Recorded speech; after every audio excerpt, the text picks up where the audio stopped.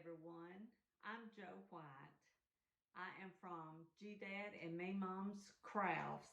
I will put a link in the comments on the bottom about our Etsy shop and Facebook and all of our social media. The reason I'm making this video today, and I am new to YouTube, I have been watching so many DIYs on burlap wreaths, and I started making them and I love them, but I want to show you the difference. Now this is one of the burlap wreaths that I have made by instructions from several people, and it's, I think, a very beautiful wreath, but it just wasn't as full as I like the wreath, so I decided to go an extra mile. And you can see the difference in these two wreaths. I'll back up a little bit so maybe you can see plainer the difference in the fullness. So I didn't know if anyone might be interested in making your wreath fuller than just the ordinary wreath like most people are making nowadays. But I wanted to show you how I done this. I went ahead and did the biggest part of it so that I wouldn't be so slow doing it on film, because I know that's not fun just to continuously sit and watch someone do every single step. And this is not my usual workstation, so but I just brought this just for measurements and stuff. I'm going to start with the inner, what is called the inner reform. This is the inner loop here, and it doesn't take as much for this because it's not as big in diameter, but I wanted to give you an idea on about how long I did the pieces for each section in the wreath. This one is going to be right at 26 inches. So all I do is start at this middle, this form that you can see the bar, the crossbar here. I just start there and I pull it in and just do like all of the other video shows to pull this up where the bar is in the middle, and you're just pulling this in to fill up the space. Now listen, this is all how thick you want it. You don't have to do it this full because it does make it heavy. It is more expensive, I will tell you that.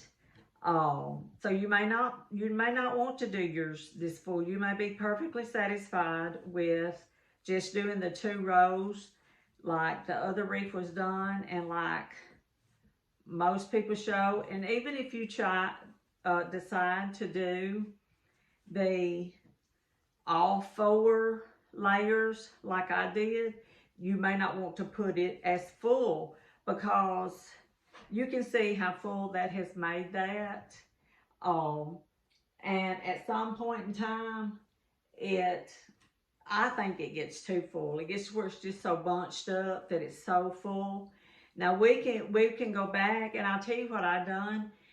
I've seen people do the zip ties. I've seen people do the Chanel stems, different things that when they close it off, they attached it. But what I've done is I just touched some hot glue to each end to keep it from coming undone. And I've got to go back and do all of the rest of my layers and stuff that way. But that's what I've done. Now my next layer is going to be like 4 inches wider than the one before that, and I'm just going to start on the very next rim on the reform and just pull this in to where that rim is just in the middle. You're just like doing a sandwich and closing it. And see, I'll just touch some hot glue right there and make it stick together. and then you just work your way around. To me, it's easier to do it in strips than to try to cross these bars, and I'll show you the difference in just a minute of what it's like to cut strips and do it. Now, some people say that you have to wear it, they caution you about wearing a mask because of breathing in this burlap. It is a lot of strings, and you know, it could get in your lungs or your nostrils or whatever. See how full that is, how thick and pretty it is. And then you just touch your hot glue right here and close it up and hold it for a second. It's not going anywhere, I promise. But it is a lot of breathing in. This one is just a little bit longer. In fact, it may be a little bit too long. For this next section, they just get, you can add like maybe 4 to 6 inches every time to get the desired fullness that you want, but it is entirely up to you about how thick and full that you do want it. But I just don't like skimpy things. Now, my burlap, I got it at Hobby Lobby, and I got it when it was on sale. And but this is the kind that came from the sewing department in the back. It wasn't with the ribbons and stuff that they put with the wreath ribbon and stuff. They do have it up there, but I have found that I like this a little bit better. It seems like it's a little thicker, maybe. It's the same length and it's the same yardage, the same width, the same everything. See, can you see how much fuller we're getting?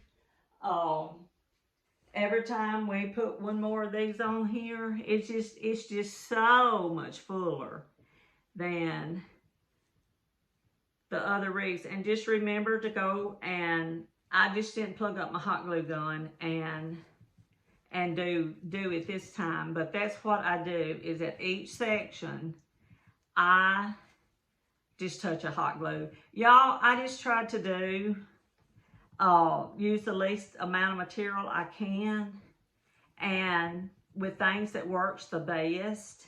And I have tried all the different ways, and I just find that when you use a zip tie or a pipe cleaner or Chanel stem, ever what you want to call it, it makes an indentation on your in your burlap, and it flattens it down a little bit at each crossbar, and I just didn't like that, and I pulled that one too far. I'm just gonna pull it back out a little bit more.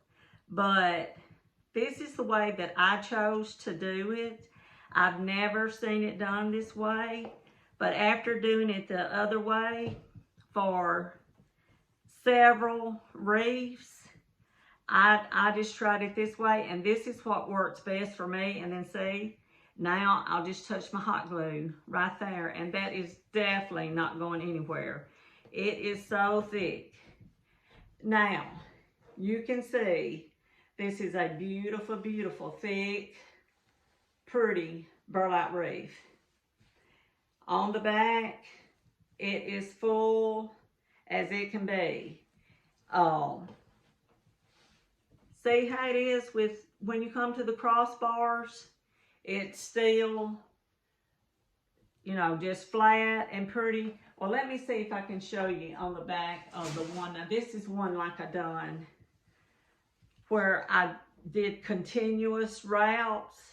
And when I come to the crossbar, see how it kind of wants to bunch up right here at each crossbar. And you can see right here, I've got my zip tie to tie it down and stuff, and it kind of wants to bunch, and you just have to try to work with it to pull that out. Well, I just like, say here's another crossbar, and you can see how it wants to do.